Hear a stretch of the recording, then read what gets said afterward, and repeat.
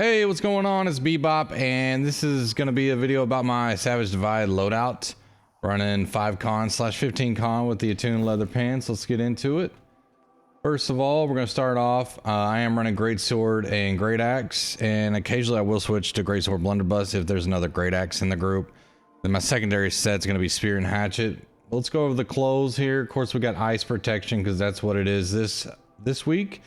So I have Freedom to try to get out from being stuck or rooted, and Enchanted Ward Health, Freedom, Elemental Aversion and Health, Enchanted Ward Refreshing and Health, and I need to add Health on here, but you know I haven't done it yet. But Freedom works too, so try to get out of being rooted because I do not have Relentless Rush on a piece yet, which I should go ahead and craft it because I've been saying it for a while, but you know it's not that big of a deal. Enchanted Ward Refreshing and Health. And then we got Serenity, which is the best weapon in the game, in my opinion. Then we got some, this Keratin Great Axe, which you can farm from Helio. And it's got Rogue, Enfeebling Maelstrom, and Keenly Jagged. Actually, I don't really use that. I usually use Puke, the Major Heart Rune Bile Bomb. You can choose whichever one you want to use. Frozen Protection, Divine, and Health.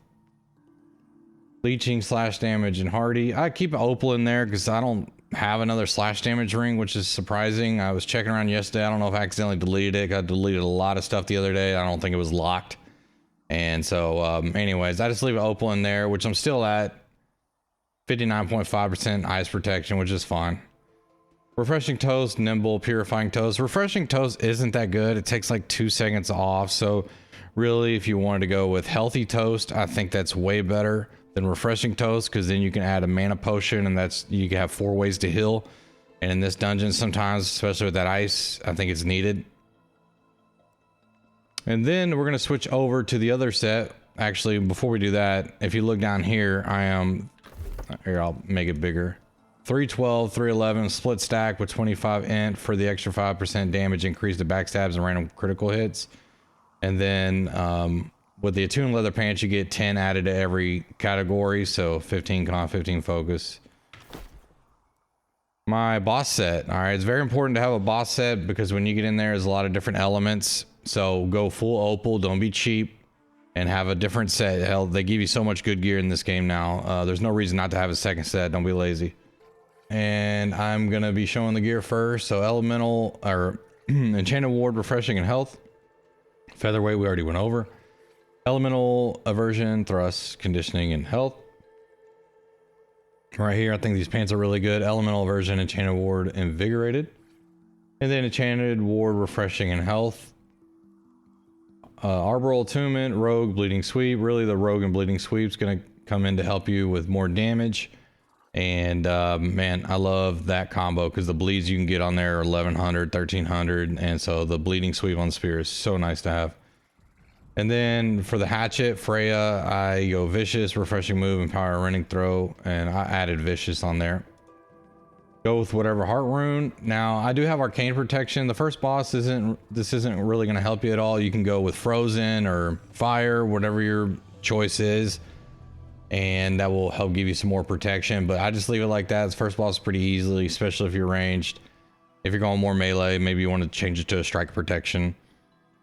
But for the final boss, you know, you either got to go Arcane Protection or Lightning. If you're close melee on the boss, I would probably recommend Lightning. If you're distance, Arcane, because that laser that hits you is arcane damage, and that will help protect you a lot. Of course, put an Opal in it too. Now, I had thrust damage on the ring late last night because the tank requested us go more melee, so I got in there with the spear a lot more than being there with the hatchet. But you could either use thrust damage or the slash damage, depending on if you're ranged or melee. And then for the earring, I would go Healthy Toast. That way you can add a mana pot so you can have 4 healables. And then Nimble and Refreshing Toast or whatever you fancy. So if you don't have enough refreshing on your clothes, maybe, see, I have 1 spot open for another refreshing. So Healthy Toast, Refreshing, and Nimble would be great. Maybe I have a earring like that. I'll have to look and see. And then, so the stat line for this boss set will be 373, 222, you know, 15, 5, and 5.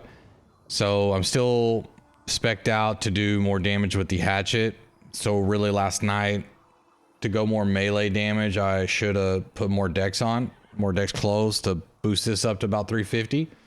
Basically flipping those. But if you're gonna stay more range like I did in the video, then that's the way you want to do it.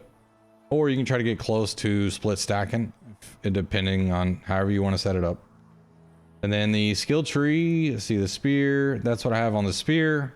I don't recommend it if you're main spear. If you're main spear, you need to have fortifying perforate all the way down the tree, plus enfeebling skewer. My spear is more a damage base, so if I was gonna pick perforate and wanted to stack, I would only select this one. I would not select either of these two, because if someone else has all this down the tree, then it will not stack.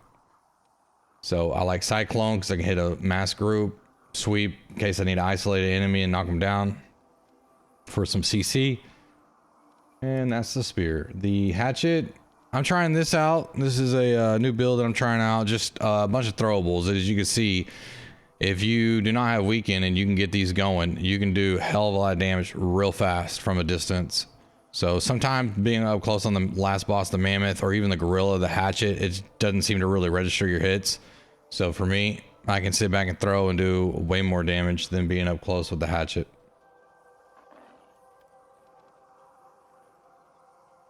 Great sword abilities are this.